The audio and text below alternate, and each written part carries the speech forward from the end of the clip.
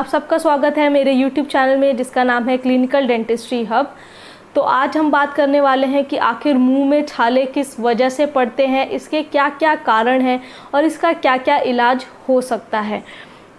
तो मुंह में जो हमारे छाले पड़ते हैं जिसको हम कहते हैं अल्सर, इनको एप्थस अल्सर भी कहा जाता है। तो आखिर ये एप्थस अल्सर होता कैसे है, एक नॉर्मल छाले पड़ने से और एप्थस अल्सर के छाले पड़ने में क्या फ़र्क है, ये हम जानेंगे आज इस वीडियो में और हम कैसे इसका इलाज कर सकते हैं। तो मेरा नाम है डॉक्टर शबिस्ता जबी और आप देख रहे हैं क्लिनिकल डेंटिस्ट्री हब। वीडियो के अंत तक बने रहिएगा ताकि ज़रूरी जानकारी आपको मिले। और जो लोग मेरे चैनल पे पहली बार आए हैं वो प्लीज़ सब्सक्राइब कर दीजिए और वीडियो को पूरा देखिएगा।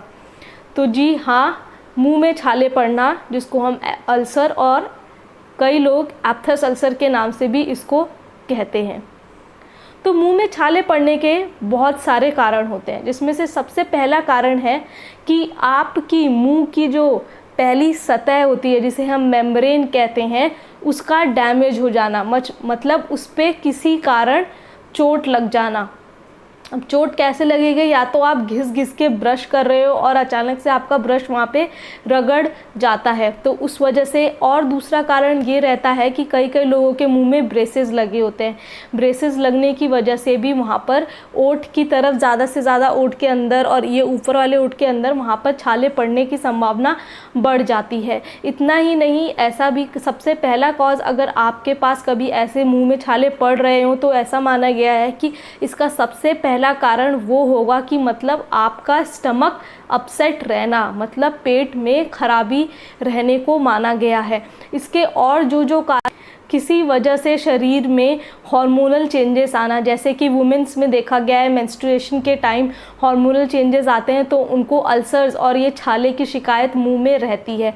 और कोई भी ऐसा फंगल इन्फेक्शन हो जाए, बैक्टीरियल हो जाए, वायरल इन्फेक्शन हो जाए, इनकी वजह से भी मुंह में छाले पड़ जाते हैं। इतना ही नहीं, एक नॉर्मल छाला अगर आप मुंह में पड़ा देखेंगे तो ऐसे, जैसे इस इमेज में देखिए, ऐसे लाल कलर का दिखाई देगा। लेकिन जो हमारा एप्थस अल्सर है वो क्या होता है, बीच में पीला होता है और उसके बाहर की जो लाइन होती है वो लाल कलर की होती है। जैसा कि आप इस इमेज में देख सकते हैं कि ये बीच में तो पीले कलर का दिख रहा है बट ये साइड में जो है ये लाल कलर से सराउंडेड है। तो इसको हम कहते हैं एप्थस अल्सर। अब कई लोग कहते हैं कि स्ट्रेस होने की वजह से भी हमको एप्थस अल्सर हो गया। तो स्ट्रेस एप्थस अल्सर का कारण बिल्कुल भी नहीं होता है। ये होता है कि अगर आपके शरीर में ऐसी कोई कंडीशन पैदा हो रही है जो आपके मुंह में अल्सर का कॉज कर रही है तो स्ट्रेस उस फैक्टर को एग्रीवेट कर देता है, मतलब उस फैक्टर को बढ़ावा देता है। तो स्ट्रेस हमेशा एक एग्रीवेटिंग फैक्टर होता है अल्सर के कंडीशन में, नॉट अ कंट्रीब्यूटिंग फैक्टर। तो ये चीज़ हमेशा ध्यान रखिएगा कि एप्थस अल्सर अगर हो रहा है तो उसमें हमारा स्ट्रेस जो है वो हमारे अल्सर्स को और बढ़ने में मदद कर रहा है, जबकि वो उसको कॉज नहीं कर रहा है। तो ये था कि अल्सर होते क्या हैं और किन वजह से होते हैं। तो मैं बताती हूँ आपको कि अल्सर कितने प्रकार के होते हैं। ये हमारे 3 प्रकार के होते हैं, जिसमें है minor ulcers, major ulcers and herpetiform ulcers. Minor ulcers क्या होते हैं, ये आपका 1 सेंटीमीटर से छोटे छोटे होंगे और ये आपके बाहर की सतह पर जो आपका ताले होते हैं जिसको हम पैलेट कहते हैं, वहाँ सॉफ्ट पैलेट पे ज़्यादा दिखाई देते हैं। मेजर अल्सर्स उन्हें कहते हैं जब आपके छालों का साइज़ 1 सेंटीमीटर से ज़्यादा होगा तो उस कंडीशन में इसको मेजर अल्सर कहा जाता है। फिर आते हैं हर्पेटिक फॉर्म अल्सर्स, मतलब ऐसे अल्सर्स जो किसी वायरल इन्फेक्शन की वजह से होते हैं। हर्पीज़ एक तरीके का वायरस है जो ऐसे हर्पेटिक फॉर्म अल्सर्स कॉज करता है। तो ये थे कि अल्सर्स कितने प्रकार के होते हैं। अब जानते हैं कि अल्सर्स के कारण आपको क्या क्या दिक्कतें आ सकती हैं। सबसे पहले, आप कुछ भी खाएंगे पिएंगे तो आपको मुंह में बहुत तेज़ी से जलेगा। अगर आप गर्म चाय भी पी रहे हैं तो आपके मुंह में बहुत तेज़ी से जलन होगी कि आप कुछ खा ही नहीं पाएंगे।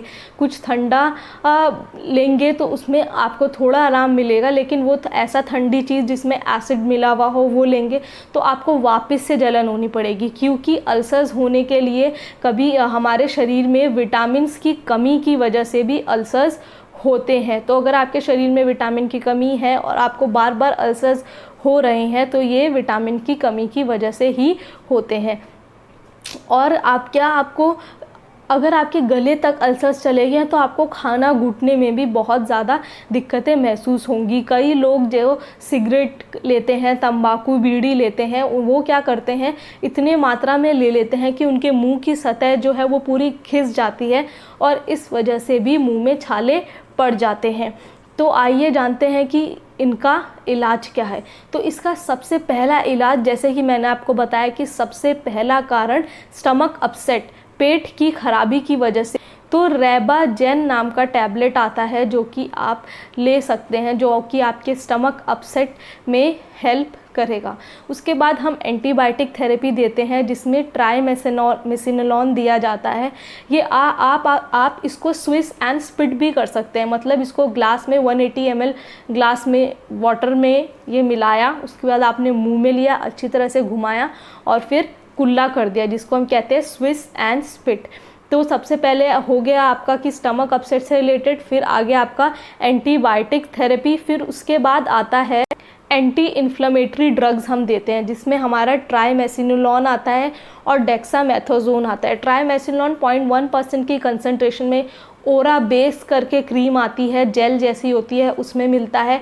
इस जेल को आपको अपने अल्सर्स के ऊपर एक दिन में 2 से 4 बार लगाना होता है। ऐसे ही डेक्सामेथासोन का भी जेल आता है जो आप अल्सर्स के ऊपर 2 से 4 बार एक दिन में लगाएंगे। फिर आता है चौथा इम्यून मॉड्यूलेटर्स। इम्यून मॉड्यूलेटर्स में एप्थासोल आता है, ये भी एक जेल फॉर्म में आता है 5% कंसंट्रेशन में। इसको भी आप अल्सर पे 2 से 4 बार दिन में लगाते हैं। और क्या है कि जैसे कि लिडोकेन, मतलब एक ऐसा जेल बेस आता है, 2% उसका कंसंट्रेशन आता है, वो भी जेल जैसा होता है जो आप अल्सर्स के ऊपर लगाते हैं तो वहाँ पे थोड़ी देर के लिए वो एरिया ऐसे सुन्न हो जाता है कि उसमें दर्द महसूस नहीं होता।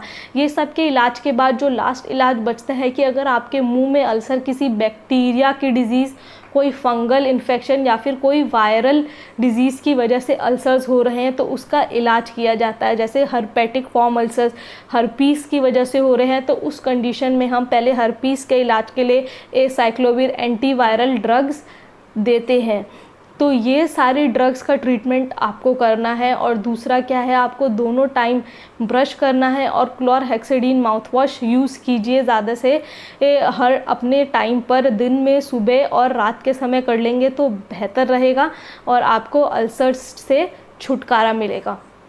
तो हमने इस पूरे वीडियो में जाना कि अल्सर क्या होता है, इसके कारण क्या हैं, ये अल्सर्स होने में हमें क्या क्या दिक्कतें हो सकती हैं और ये कितने तरीके के होते हैं और इसका इलाज क्या है।